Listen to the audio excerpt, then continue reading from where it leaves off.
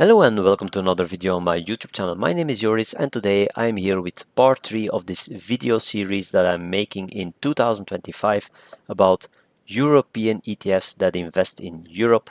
And you know the rules by now, so I'm mentioning 41 ETFs in this series and they all invest in European companies.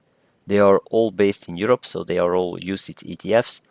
They all distribute a dividend and they are not swap based replicated. If you know any other ETF that I missed, beside the 41 that I'm going to mention, please comment them in the comment section down below. And I promise you next year when I revisit this series that I will definitely include your addition to my table of ETFs that I'm following for making this series. The MSCI Europe Index and the Euro STOXX 50 Index are already handled in the first two videos of this series, and now I'm tackling the first video of the 6 that I'm making about diverse indexes that are tracked by other ETFs. So in this video I'm tracking the STOXX Europe 600 ETFs and also the FTSE Europe indexes. So you have 3 that follow the STOXX Europe 600 and you have 2 that follow the FTSE index. And the first one is the SXPIEX, the iShares STOXX Europe 600 UCITS ETF. And I believe this is important, so why am I doing this? I will return to the previous one and restart with discussing the SXPIEX.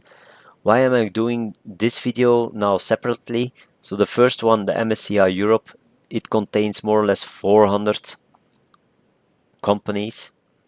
Then you have the previous video where you always had the index with around 50 companies, and for some people that is too concentrated and they like to be diversified more, and that's why I made this extra video in the series to include ETFs that have around 600 or 400 and above companies in their index. And with the STOXX Europe 600, it's in the name, you have 600 companies normally. So the SXPIEX has a total expense ratio of 0.20%. It's a German-based ETF from iShares or BlackRock, and you can buy one share for 54.62 euros on the SIX stock exchange. The dividend is being paid out in euro. You have 600 holdings into these ETFs, and there is almost 8 billion euros invested towards this ETF. Fully replicated type, and it's been around since the 13th of February of 2004, and in the past year it is up 8.51%. The past 2 years it is up 43.81%, and the past 5 years it is up 71%.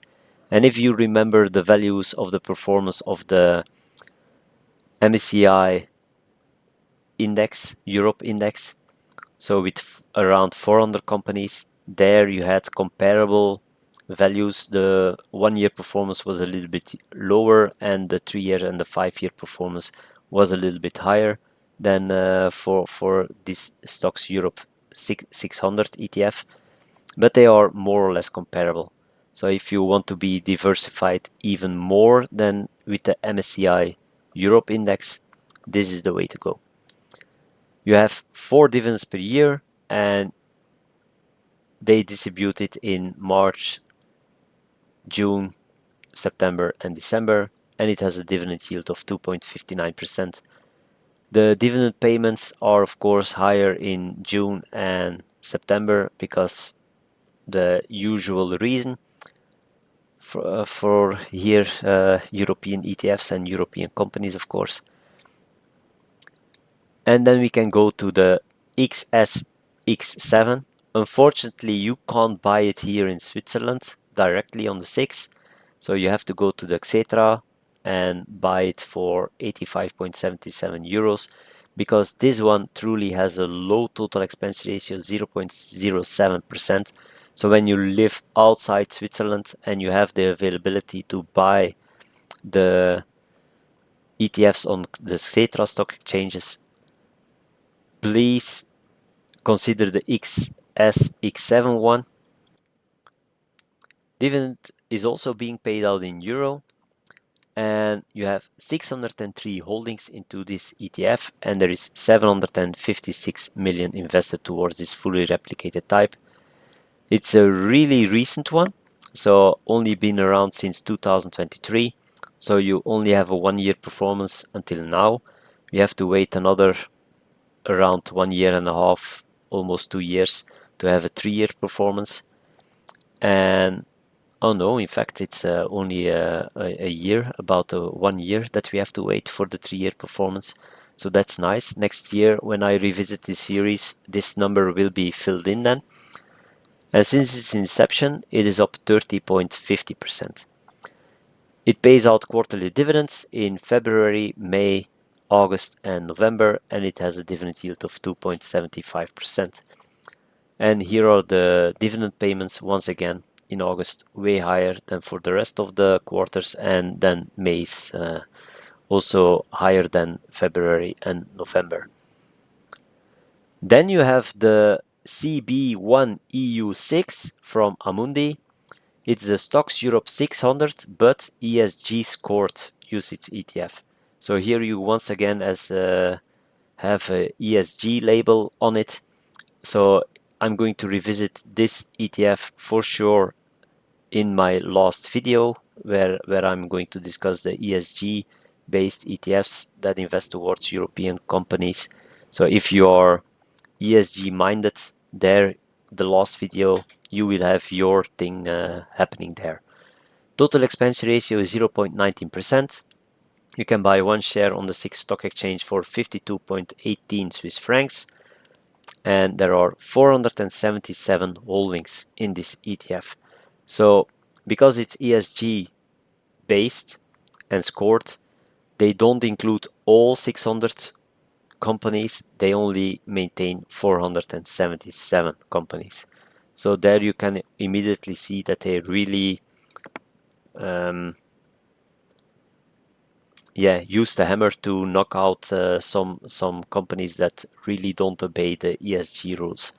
There is only 193 million invested towards this ETF, and here you can see the performance. 1 year up 6.55%, the past 3 years up 41.28%, the past 5 years it is up 68.15%, and yeah, that's in fact the worst performance of performer of this video. So I'm discussing 5 ETFs in this video, and this is the worst performer. It's really close to the VERX ETF that I'm going to mention later in this video, but yeah, it's this one compared to the previous video where the ESG based ETF was really outperforming the rest. In this case, it's not the case. Only one dividend per year for this one, and it varies from year to year. Sometimes it's in July, sometimes it's in August, and sometimes it's in September.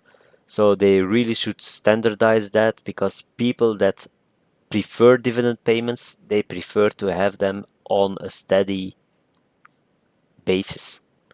Not that year in July and the other year, the next year in September, and then the year after again in July.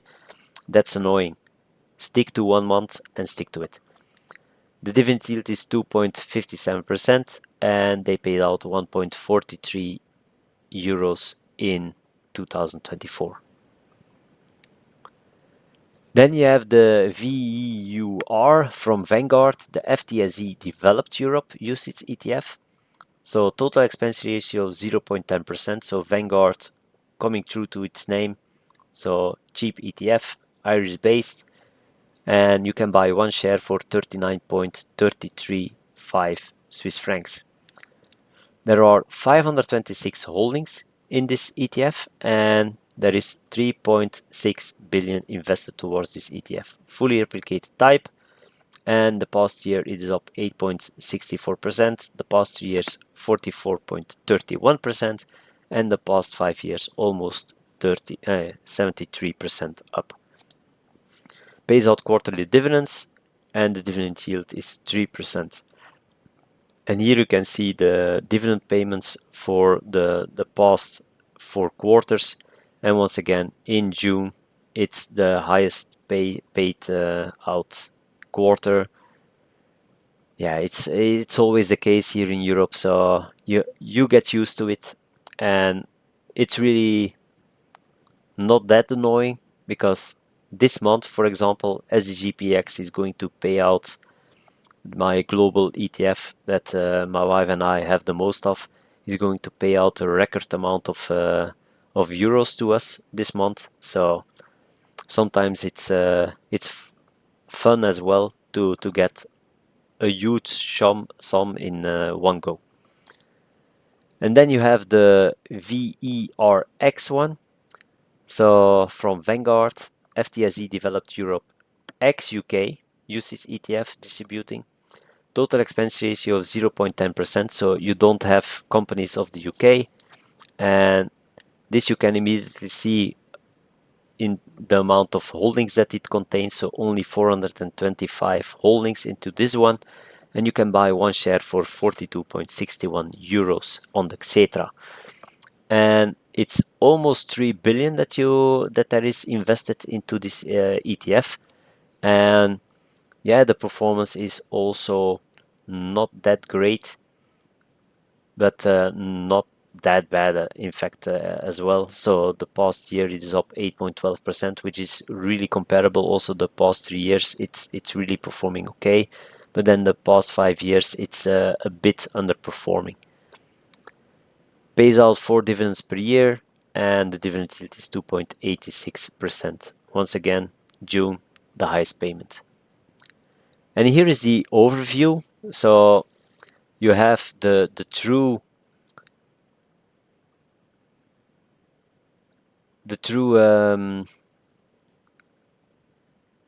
STOXX Euro 600 ETFs with SXPIEX and SXPIEX. This one is truly young, but in my eyes it's going to outperform the SXPIEX from iShares, because the total expense ratio is so much cheaper, so they really should do something about that. Their total expense ratio should come down. Then you have the ESG based ETF based on the STOXX Europe 600 with about 429 companies into this one. And here it's the worst performing ETF of the 5 that I'm discussing today. And yeah, the total expense ratio, once again, actually a bit too high to my liking. So 0.90% is quite expensive for a huge ETF like that. Then you have the Vanguard funds that follow the FTSE Europe ETF index, and they are actually following the SXPIEX and also the MSCI for MSCI Europe indexes, so they are really comparable, and you have 0.10 total expense ratio for both of them, so that's really nice. So hoping that iShares does something about their total expense ratio here. And for the rest, this was it for this video. So if you like this kind of content, please consider subscribing to my YouTube channel. Hit that like button as well, it helps out the channel enormously. And with that being said, thank you for watching to this one, and see you on the next one on my YouTube channel. Bye.